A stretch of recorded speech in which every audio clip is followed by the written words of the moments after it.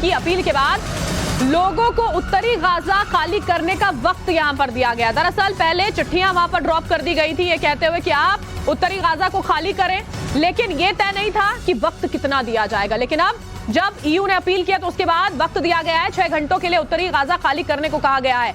आप समझिए, उत्तरी गाजा वो जगह है जहां पर गाजा पट्टी में ज्यादातर जो आबादी है वो वहीं रहती है।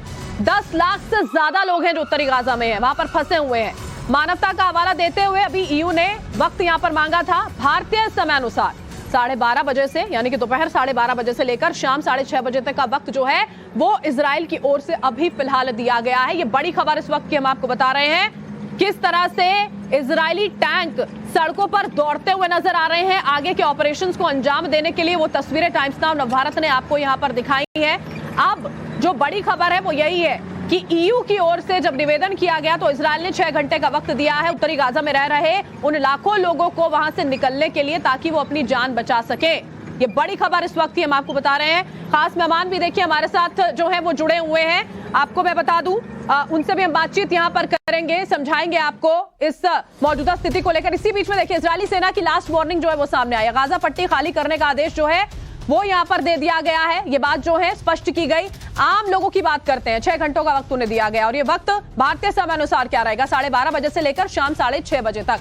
स्पेशल कॉरिडोर से नॉर्थ गाजा खाली कर दिया जाए, ये निर्देश दे दिए गए हैं। गाजा नदी के दक्षिण की ओर जाने का आदेश जो है वो इस बीच में यहां पर लोगों को दिए गए हैं। हमारे सहयोगी जो है वो लगातार देखिए वॉर जोन में जुड़े हुए हैं। प्रदीप दत्ता हमारे संवाददाता जो है वो वहां पर बने हुए हैं, उनका हम रुख कर लेते हैं। प्रदीप, सबसे पहले इसी बात पर चर्चा करना चाहेंगे कि वो 10 लाख लोग जो उत्तरी गाजा में फंसे हुए उन्हें वक्त दे दिया गया है, तैयारी क्या उनकी ओर से शुरू कर दी गई है मूव करने की, क्योंकि परेशान लोग बहुत हैं। तस्वीरें आने लगी थी लोगों की जब वो वहां से हटने लगे थे सुरक्षित स्थानों की तरफ।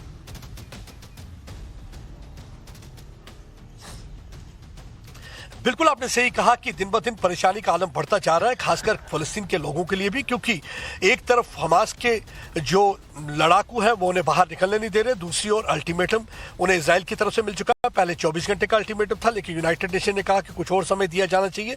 अब 6 घंटे और उनके पास है ताकि उत्तरी गाजा वो छोड़ दें, क्योंकि उत्तरी गाजा वो क्षेत्र है जहां पे हमास के ठिकाने, और अक्सर हमास जो है लोगों के पीछे रहकर वार करता है ताकि अगर जवाबी कार्रवाई हो तो लोग मारे जाए। हमास का यही तरीका रहता है, यानी कि अगर ये कहना बिल्कुल गलत ना होगा कि एक बंदी बनाकर रखा हुआ है कई सालों से हमास ने फलस्तीन के लोगों को। और दूसरी ओर हमने देखा कि किस तरीके से जो जवाबी कार्रवाई की जा रही है एयर स्ट्राइक में।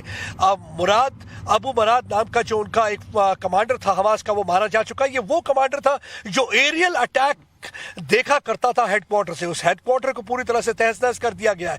और दूसरा नुकबे वो लोग हैं और टेरर ऑपरेटिव जिन्होंने पहले दिन इन्फिल्ट्रेशन करवाई थी, घुसपैठ करवाई थी, उनको भी टारगेट बनाया गया है। तीसरा हमने देखा कि एक इन्फिल्ट्रेशन की, घुसपैठ की पूरी कोशिश थी लेबनान की तरफ से, उस इन्फिल्ट्रेशन को भी पूरी तरह से नाकाम कर दिया। 3 हिजबुल्लाह के आतंकवादियों को मार गिराया है और अब जो है ग्राउंड असॉल्ट की पूरी तैयारी की जा रही है। और हमने देखा गाजा पे किस तरीके से कल टैंक मूवमेंट हो रही थी, ट्रेंचेस खोद दिए गए, आर्टिलरी गन्स पूरी तरह से तैयार है गोला बरसाने के लिए।